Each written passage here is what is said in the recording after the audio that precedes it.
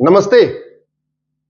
Court में वक्फ का मामला चल रहा है, पार्लियामेंट में भी वक्फ का मामला चल रहा है, जेपीसी में वक्फ के ऊपर चर्चा हो रही है। इसलिए आज मैं सुप्रीम कोर्ट के वरिष्ठ वकील, संविधान विशेषज्ञ, बहुत बड़े बड़े मामलों में सुप्रीम कोर्ट में जो लगातार बहस करते रहते हैं, पर्टिकुलरली जो कॉन्स्टिट्यूशनल इशू आता है, आज आदरणीय श्री राकेश द्विवेदी जी के साथ में हूं मैं। मैंने सर से टाइम लिया और आग्रह किया कि वक्फ के ऊपर कॉन्स्टिट्यूशन में क्या पोजीशन है, वक्फ एक्ट क्या कॉन्स्टिट्यूशनल है, क्या वक्फ एक्ट वक्फ बोर्ड पौराणिक है, क्या ये इस्लामिक है, क्या ये जो वक्फ एक्ट बनाया गया है ये वास्तव में इस्लाम की डिफिनीशन में फिट बैठता है या संविधान की डिफिनीशन में फिट बैठता है। इसी पर डिटेल चर्चा करने के लिए मैंने द्विवेदी साहब से रिक्वेस्ट किया था, उन्होंने मुझे टाइम दिया। बहुत बहुत धन्यवाद सर। धन्यवाद। मैंने सर एक रिसर्च किया तो पता चला कि दुनिया के 50 ऐसे देश हैं जिनका क्षेत्रफल 10 लाख एकड़ से कम है। उदाहरण के लिए मालदीव 75,000 एकड़ है, सिंगापुर 1,80,000 एकड़ है, बहरीन 1,90,000 एकड़ है, हांगकांग 2,75,000 एकड़ है, डेनमार्क 3,45,000 एकड़, फिनलैंड 3,90,000 एकड़, मॉरिशस 5 लाख एकड़, लग्जमबर्ग 6,40,000 एकड़, साइप्रस 8,30,000 एकड़, जॉर्जिया 9 लाख एकड़ और भारत में वक्फ बोर्ड के पास लगभग 10 लाख एकड़ जमीन है। उदाहरण की इसका मतलब ये हुआ कि भारत में वक्फ बोर्ड के ऊपर 12 मालदीव बन सकता है, भारत में वक्फ बोर्ड के ऊपर 5 सिंगापुर बन सकता है, 5 बहरीन बन सकता है, भारत में वक्फ बोर्ड के ऊपर 2 मॉरिशस बन सकता है, भारत में वक्फ बोर्ड के ऊपर लगभग 3 फिनलैंड भी बन सकता है। ये सिचुएशन है। जबकि आंकड़े ये भी बताते हैं कि आजादी के समय लगभग 50,000 एकड़ जमीन थी और ये आजादी के बाद बढ़ते बढ़ते 10 लाख एकड़ हो गई। आपका क्या विचार है सर, ये अगर इसको हम 3 तरीके से देखें, पहला संवैधानिक तरीके से देखें, दूसरा इसको हम इस्लामिक तरीके से देखें। देखिए, वक्फ प्रॉफिट मोहम्मद के समय से जो उनके रिविलेशंस थे, जो कि कुरान में आयते हैं जी, तो उसके अनुसार वक्फ कोई भी मुस्लिम अपनी संपत्ति के संबंध में उसको अल्लाह के नाम डेडिकेट कर सकता है। मतलब अपनी पुश्तैनी जमीन हो या खुद उसने खरीदा खुद हो, उसकी अपनी हो, अपने परिश्रम से अर्जित की हो उसने, या उसको वरासत में मिली हो, उसको वो कर सकता है कि ये संपत्ति अब अल्लाह के नाम धार्मिक मकसदों के लिए या चैरिटेबल मकसद के लिए इस्तेमाल की जाएगी। मसलन ये कि जो गरीब लोग हैं, गरीब मुसलमान हैं या और भी लोग हैं गरीब, तो आप उनके मदद में करें या पूजा पाठ जो होता है उसके संबंध में धर्मशाला खोल दें, स्कूल खोल दें, तालीम दें। हाँ, तो ये उसका वो चला आ रहा था। हिंदुस्तान के परिप्रेक्ष्य में सबसे पहले ये 1890 में मसला खड़ा हुआ कि ये वक्फ अल औलाद, यानी हिंदुस्तान 2 कदम आगे चलता था यहाँ के मुसलमान लोग, तो वक्फ अल औलाद भी वक्फ है कि नहीं है ये। अच्छा, क्या मतलब हुआ सर इसका?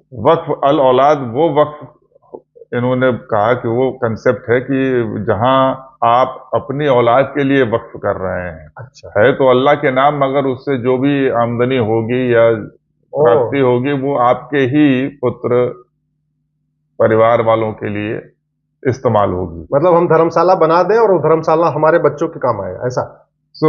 जो भी उससे प्राप्त हो आपको, तो या किराया मिल रहा है तो बच्चों को जाएगा। तो ये तो वास्तव में अंग्रेजी अदालत जो थी उस वक्त, उन्होंने भी कहा कि ये तो कोई वक्फ ही नहीं है, ये तो आम गिफ्ट है, विल है, जो हर आदमी आम तौर पे अपने बच्चों के लिए छोड़ जाता है संपत्ति।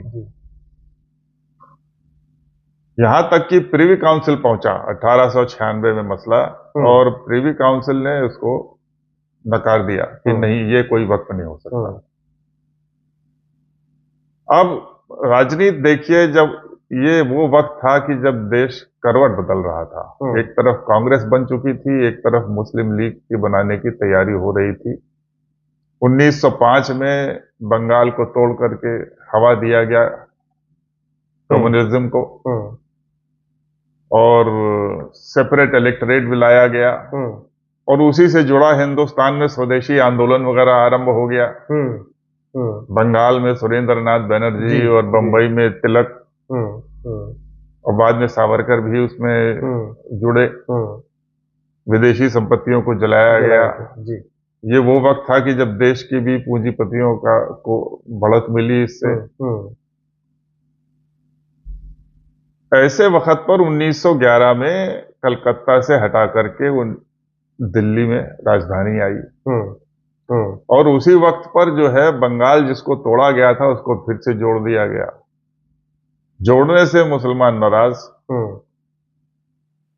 1913 में मोहम्मद अली जिन्ना जो काउंसिल के मेंबर हो गए थे 1909 के एक्ट के तहत चुनाव जीत करके, तो पहला वक्फ एक्ट बिल उन्होंने पेश किया, जिसको वक्फ एक्ट 1913 अंग्रेजों ने बनाएंगे। तो वही ये तो पेश कर सकते हैं बिल। पावर क्या थी काउंसिल की? सलाह देने की, सुझाव देने की, यानी वो दोनों मिल करके ये बना। और इसमें उन्होंने वक्फ अल औलाद को मान्यता दे दिया, ये सही है। अदालतों ने फिर कहा कि ये इस तारीख से तो ठीक है, 13 के बाद से आप बनाई करिए ये सब, 13 के पहले वाले ऐसे वक्फ को मान्यता नहीं, ये रिट्रोस्पेक्टिव नहीं है कानून। पर वो पड़ा रहा, कोई संशोधन अभी नहीं हुआ। अब विश्व युद्ध हुआ, उधर टर्किश एम्पायर टूटा, जर्मनी हार गई, अरब देश पैदा हुए, यानी मिडिल ईस्ट का जो है उस पर विस्तार से हम नहीं जाएंगे, मगर उस कैलिफेट खलीफा जो है वो खत्म हो गए, सुल्तान खलीफा हुआ करते थे। हिंदुस्तान में खिलाफत आंदोलन उनके पक्ष में। और मजे की बात है कि गांधी जी और कांग्रेस उसके नेतृत्व में। यानी इसको सार में देखिए कि जो विदेश में वहां मध्य पूर्व अरब देशों में जो घटनाक्रम हो रहे हैं, उससे हमें क्या लेना देना है? मुसलमान को क्या फायदा होना है? उसके धर्म की बात। यानी एक पैन इस्लामिज्म जिसको कहते हैं, उसको बढ़ावा देने के लिए कांग्रेस का ये आंदोलन हुआ। वरना हम लोग से क्या लेना देना है? खलीफा रहे या खत्म हो जाए। हम लड़ रहे हैं कि खलीफा बना रहे और उसमें अंग्रेज, इस नाम पर कि साहब अंग्रेज के खिलाफ मुसलमान की भावना होगी और वो हमारे साथ जुड़ जाएंगे और हम आजादी की लड़ाई आगे बढ़ेगी। थोड़ी देर के लिए इसको मान भी ले, मगर आप बढ़ावा किस चीज को दे रहे हैं? किस जहर को? पैन इस्लामिज्म को। उनका तो उम्मा है, वो लड़ रहे हैं, ठीक है, अपनी जगह है बात। खैर, वो कमाल पाशा ने उसको खत्म कर दिया, यहाँ आंदोलन खत्म हो गया, और गांधी जी ने थोड़े दिन में जहां कहीं एक कुछ थोड़ी सी हिंसा हुई, चौरी चौरा था, खत्म कर दिया उन्होंने उसको। जो यहाँ खिलाफत समिति बनी थी वो भी खत्म हो गई। अभी 26 आ जाता है, कानून पास हो गया, वक्फ एक्ट। वक्फ एक्ट तो 13 में पास हो गया जी, मगर उसको रिट्रोस्पेक्टिव नहीं था। अब जब 26 में आ गए तो साइमन कमीशन, नया संविधान, ये शुरू हुआ आंदोलन। आजादी की इतनी मांग हो गई थी कि वो उसको शांत करने की हम आपको नया संविधान दे रहे हैं। तो अब ये डोमिनियन स्टेटस होगा कि पूर्ण स्वराज होगा, ये झगड़ा चल रहा था। सुभाष चंद्र बोस और गांधी जी का टकराव हो रहा था, नेहरू जी भी बोस के साथ खड़े थे कुछ देर। 1930 में इकबाल ने इलाहाबाद में नारा दे दिया कि नॉर्थ वेस्ट स्टेट को सब इकट्ठा किया जाए, कन्फेडरेशन बनाया जाए, न्यूट्रल आर्मी किया जाए। और इसी 1930 में जब राउंड टेबल कॉन्फ्रेंस लंदन में तय हुआ होना, पुनः जो है जिन्ना के जरिए एक और बिल आया कि साहब वक्फ एक्ट को जो अदालत ने कहा कि प्रोस्पेक्टिव है, उसको आप रिट्रोस्पेक्टिव करिए ताकि जो पहले हो चुके हैं वो भी वैध हो। वो एक्ट जो है वाइसरॉय ने, लॉर्ड अर्विन ने फिर बना दिया 1930 में, जिसको कहते हैं वक्फ एक्ट, अमेंडमेंट एक्ट 1930। अब आप देखिए आरटीसी हुई 1934 पे आ गए, फेल हो गई आरटीसी सब। कम्युनल अवार्ड 1934, और कम्युनल अवार्ड बांटने के लिए हुआ मुस्लिम लीग और अंग्रेज की मिली भगत। ये उड़ीसा, बिहार उड़ीसा एक्ट, बंगाल वक्फ एक्ट, बॉम्बे वक्फ एक्ट, 1934, 35, 36 में ये सारे वक्फ एक्ट आते हैं। और गवर्नमेंट ऑफ इंडिया एक्ट 1935 भी आता है। यानी ये सारा खेल रचा गया कि सारे मुसलमान जो हैं वो इसके पीछे लामबंद हो जाएं। मुस्लिम लीग कमजोर थी, तो उसको मुस्लिम भी उसके साथ नहीं थे, केवल ये नवाब शवाब ये सब लोग जिसको अशरफ कहते हैं। तो जब चुनाव हुआ तब भी मुस्लिम लीग का नहीं जमा। मुस्लिम संगठन जीते मगर वो क्षेत्रीय थे। बंगाल में फजलुल हक और पंजाब में भी सिकंदर हयात खान। मुस्लिम लीग नहीं पनपी, मजबूत हो पाई। तो 1937 में लखनऊ में 1937 में लखनऊ में 36 में हुआ, सब इकट्ठा किए गए। वहां पर यह तय हुआ कि सारे सब मिल करके अब मुस्लिम लीग के सदस्य बन जाएंगे। सिकंदर हयात खान इकलौता व्यक्ति था जो कि अंग्रेज के राज में deputy governor reserve bank of India से बना था। और वो सर सिकंदर हयात खान थे। नाइटहुड प्राप्त थी उनको, इकबाल को नाइटहुड प्राप्त थी। यानी सब अंग्रेज के इशारे पर, क्योंकि अंग्रेज को हिंदुओं के समानांतर एक मुस्लिम शक्ति चाहिए थी, इसलिए ये सारा खेल हो रहा था। और कांग्रेस शांति थी, सब देख रहे थे। और इकबाल ने कहा कि साहब ये शरिया हमारा जो है उसके आधार पर हमें आगे बढ़ना चाहिए। इस्लाम हमारा मकसद है। इस्लाम के सामने कोई दूसरा मकसद नहीं हो सकता। आजादी मिले न मिले, हमारा शरिया है। असली समाजवाद उसी में है। ये बातें उन्होंने रखी थी क्योंकि हिंदुस्तान में कुछ कम्युनिस्ट पार्टी पैदा हो गई थी और नेहरू जी भी कुछ समाजवादी बात कर रहे थे, सुभाष चंद्र बोस भी कर रहे थे, तो उसके समानांतर की सब बेकार है।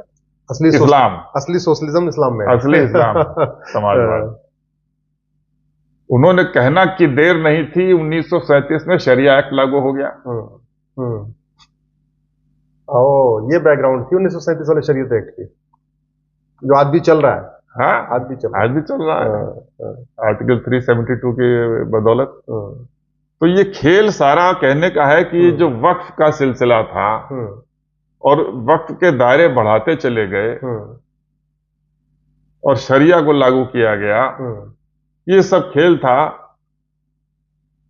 पाकिस्तान। इस वक्त तक मेरे अध्ययन के अनुसार पाकिस्तान बनाने का मन अंग्रेज बना चुका है। उसका स्वरूप क्या होगा, वो देश के अंदर उसके 3 टुकड़े करके उसको कन्फेडरेशन के नाम पे जोड़ेंगे या उसको अलग रख के बनाया जाएगा, केवल यही झगड़ा था। उनके दिमाग में संदेह चल रहा था। वो चाहते थे कि पूरा रहे उनके कब्जे में। 1938 में सिंध में पास हो गया कि नॉर्थ वेस्ट को पूरा इकट्ठा किया जाए, सब सारे प्रांतों को करके एक स्टेट बनाया जाए। और 40 में लाहौर रेजोल्यूशन हो गया। आजादी के उपरांत 1954 में वक्फ एक्ट कांग्रेस ले आई, नेहरू जी ने। तो उसकी कोई डिमांड बीच में कुछ कोई डिमांड तो थी नहीं सर ऐसी, फिर से ले आओ वक्फ एक्ट। यानी अपीजमेंट, मुस्लिम वोट बैंक क्रिएट करना, कुछ करने की जरूरत नहीं है। क्योंकि इसका इतिहास में भी देख रहा था कि ऐसे 1954 में कोई बहुत मतलब पार्लियामेंट में किसी ने कहा हो कि नया कानून चाहिए हमें, ऐसा कुछ चाहिए, ऐसा कुछ दिखता नहीं है कहीं पे। तमाम पैक्ट नेहरू जी कर रहे थे। माइनॉरिटी की रक्षा के लिए लियाकत नेहरू पैक्ट हुआ।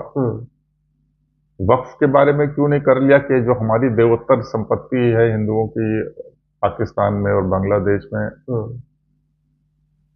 उसके लिए क्यों नहीं बोर्ड बनाया गया, देवोत्तर बोर्ड। वो तो कुछ नहीं कर रहे हैं। आप जो है वक्फ एक्ट मुगलों के आगे जा रहे हैं। आप समझिए, अब ये इस हद तक तो मतलब वक्त की बात तभी नहीं जो हम लोग करते चले गए।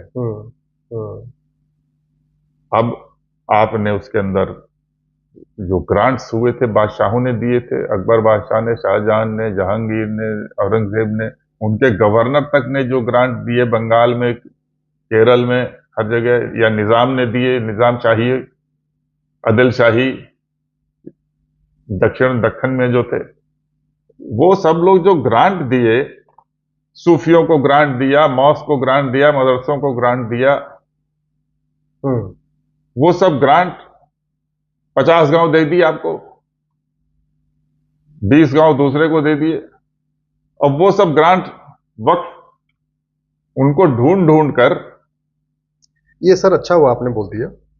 हमसे सोशल मीडिया के जरिए भी और जहां जहां मैं जा रहा हूं, एक बहुत स्पेसिफिक क्वेश्चन ये लोग पूछ रहे हैं कि क्या, चाहे वो मुगल काल में हो या बाबर एरा या औरंगजेब का टाइम में, क्या उनको अधिकार था कि जो भारत में आए थे और वो भारत की जमीन लेके किसी को दे सकते थे? अगर इसको इस्लाम के नजरिए से देखें तो क्या जायज है ये या नाजायज है? देखिए, दो तरीके से इसको देख सकते हैं। एक तो आप आक्रमणकारी हैं, आपने कब्जा कर लिया, आप शासन में आ गए, सत्ता आपके हाथ में है, आप जो चाहे करेंगे, आपकी फौज है, तलवार के दम पे, फौज के दम पे कोई पूछने वाला नहीं है। तो आपके जब तक आप हैं तब तक वो चलेगा।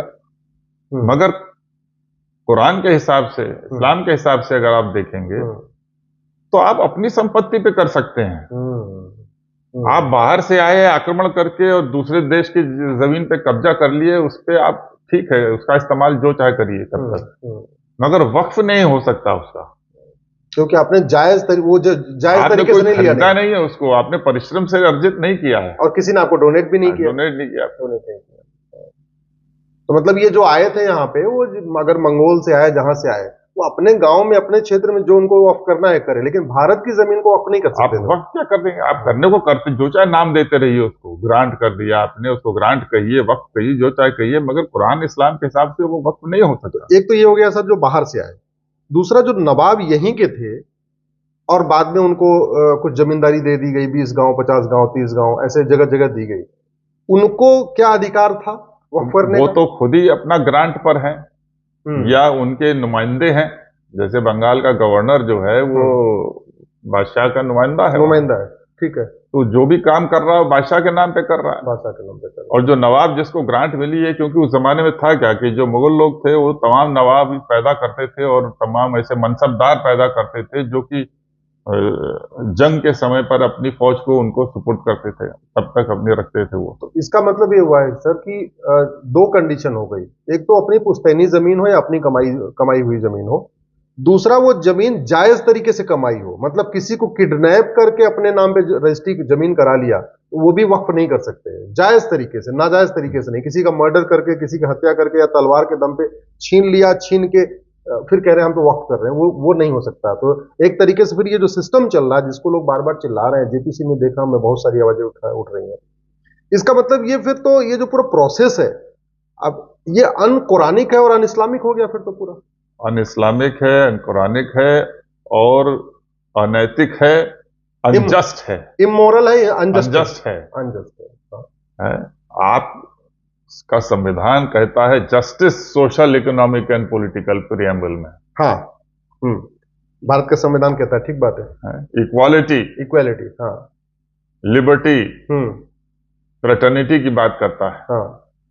वो ये कैसी फ्रेटर्निटी होगी कि हम साहब 50 साल से उस जमीन को जोत रहे हैं, बो रहे हैं, हमने वहां पर गांव में मंदिर बना रखा है, आपका वक्फ बोर्ड अचानक उठता है सो करके, हमने कुछ सर्वे कर लिया और ये निजाम हमको दे गए थे ग्रांट में, ये वक्त है, ये वक्त बना जाए। नहीं, एक का तो बड़ा इंटरेस्टिंग आया, उसने बताया कि यहाँ बकरी चरती थी, इसलिए वो गांव वहां बकरी चरती थी नवाब साहब की, इसलिए वो जमीन वक्फ की है। नहीं तो है क्या, आपने वक्फ की डेफिनेशन को, परिभाषा को इतना आप लचर करके वृहत करते चले गए कि आपने उसमें कहा वक्फ बाय यूजर भी होगा। कोई दस्तावेज नहीं है वक्फ का। ये 1995 में। हाँ। नहीं 95 नहीं, पहले भी Waqf by user, Waqf by oral, तो दस्तावेज की भी जरूरत नहीं है।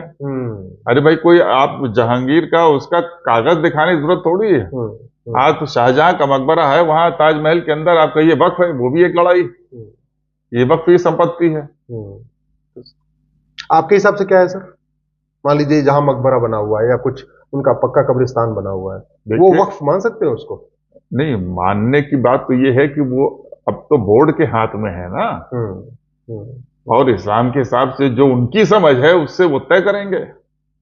नहीं, मगर हमारा कहना ये है कि ये आपने इतना बृहत और लचर कर दिया है कि जहां मन करे उंगली हाँ, रख दे कि वही। वक्फ बाय यूजर है। आप कहिए ये तो इस वक्त के तौर पे हम इसको चूंकि गरीबों को दान करते आ रहे हैं यहाँ की आमदनी को 50 साल से, तो ये वक्फ बाय यूजर हो गया।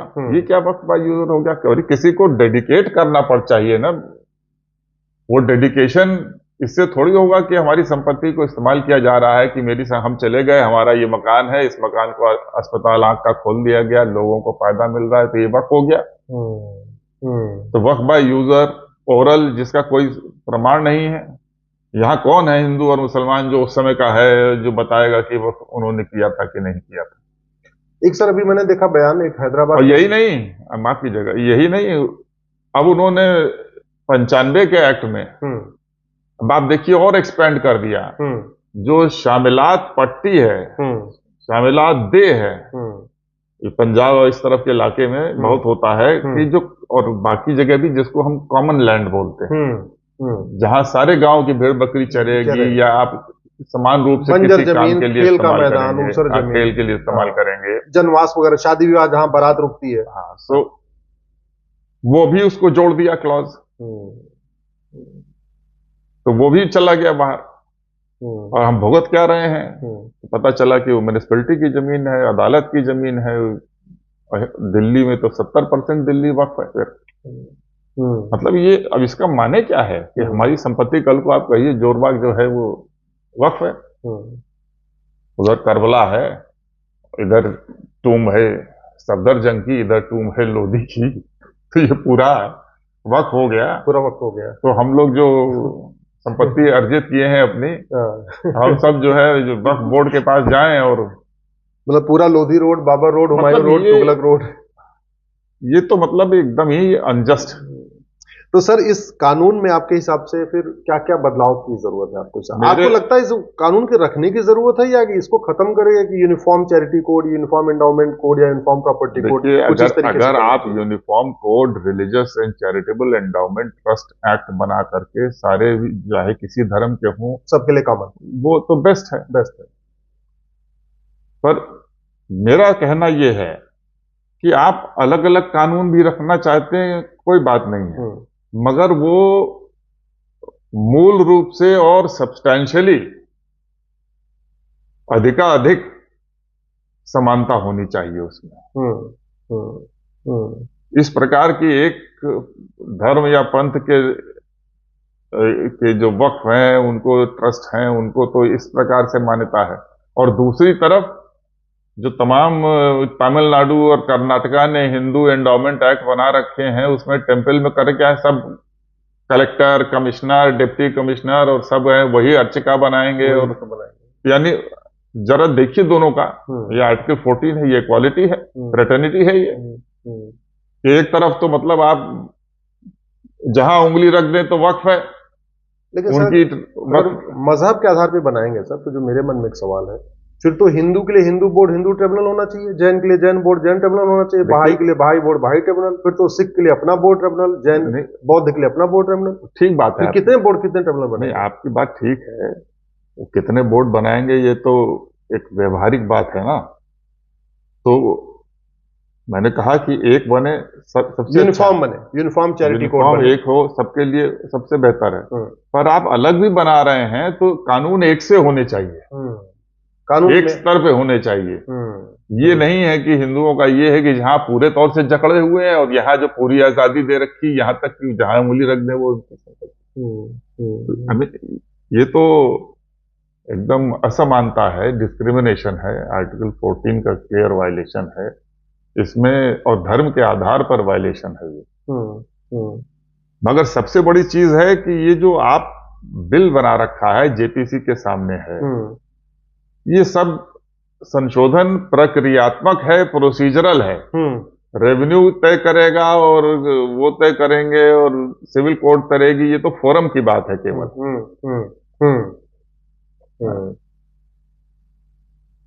जब तक वक्फ की डेफिनेशन पर आप नहीं संशोधन करते हैं, असली समस्या वहां है।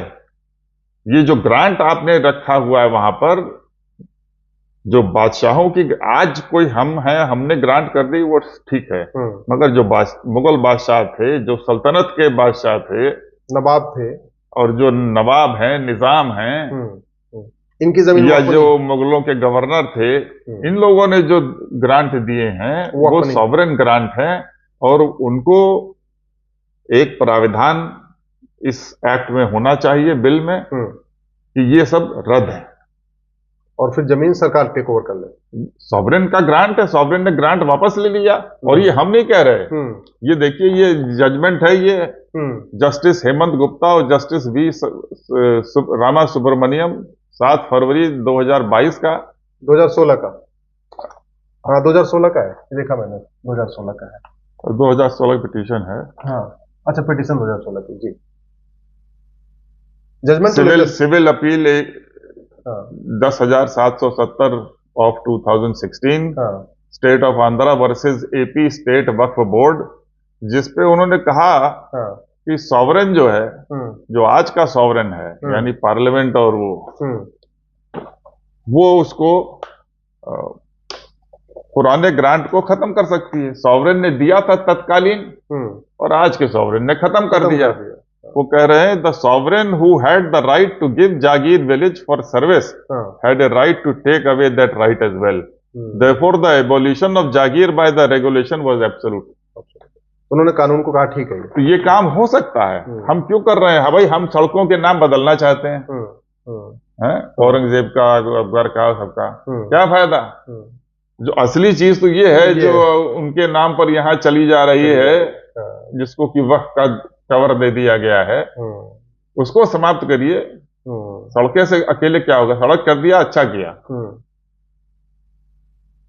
तो मुगलों का जो आक्रमणकारी थे, उनके तो जो भी नामो निशान जहां भी खत्म किया जा सकता है, समाप्त होना चाहिए। और खास तौर से ये जो जमीनें दी गई, ये उनके ग्रांट आज ये मुसलमानों के खिलाफ नहीं है, जो बात हम कह रहे हैं, क्योंकि आज का मुसलमान जो उसकी संपत्ति है वो उसको दान करे, वक्फ बनाए, ट्रस्ट बनाए, जैसे चाहे करे, वक्फ औलाद बना दे, कोई दिक्कत नहीं है। हम मगर ये यहां पर जब तक आप नहीं इसको ठीक करेंगे, कोई फर्क नहीं पड़ेगा।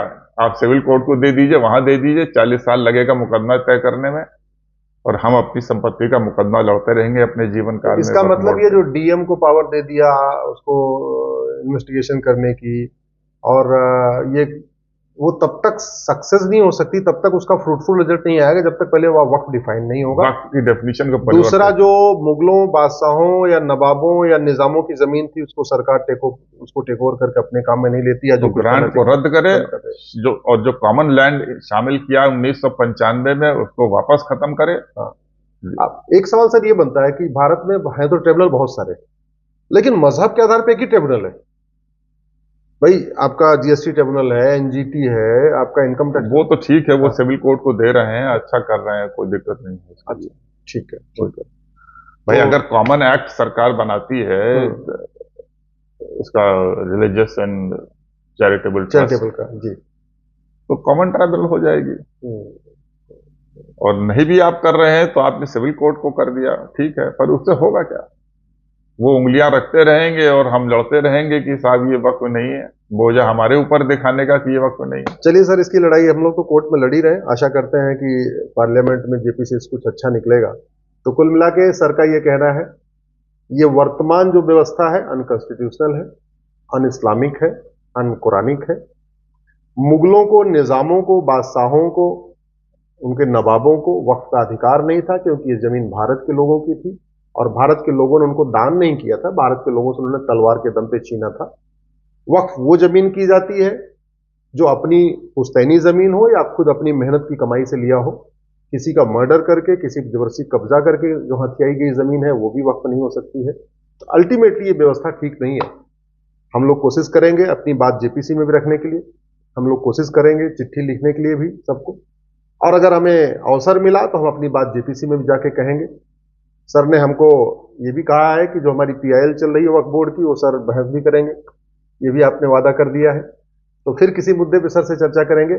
आप इस वीडियो को शेयर जरूर करिएगा, ट्विटर पे, इंस्टाग्राम पे, फेसबुक पे, हर चैनल पे, जहां से वहां शेयर करिएगा, क्योंकि आज जो बातें सर ने हमें बताई है, इनफैक्ट इस पे मुझे लगता है कि अच्छे जो नेता, अभिनेता, लेखक, बुद्धिजीवी, पत्रकार, कलमकार हैं, शायद वो भी इस गहराई को समझ नहीं पा रहे हैं। बहुत ऊपर ऊपर सतही बहस हो रही है, इस गहराई के साथ वक्त के ऊपर कभी चर्चा नहीं हुई है। इसलिए इस वीडियो को अगर आप जानते हैं किसी सांसद, विधायक, मंत्री को, उनको फॉरवर्ड करिए। किसी आप पत्रकार, कलमकार को जानते हैं, उनको फॉरवर्ड करिए। जहां के अगर आप किसी माननीय जज साहब को जानते हैं, इस वीडियो को उनको जरूर फॉरवर्ड करिएगा। सब लोग एक बार देखें, सुने, और फिर जो आगे होगा फैसला होगा। बहुत बहुत धन्यवाद, बहुत बहुत आभार सर, आपने इतना अवसर दिया, आपका मैंने बहुमूल्य समझ लिया। बहुत बहुत आभार।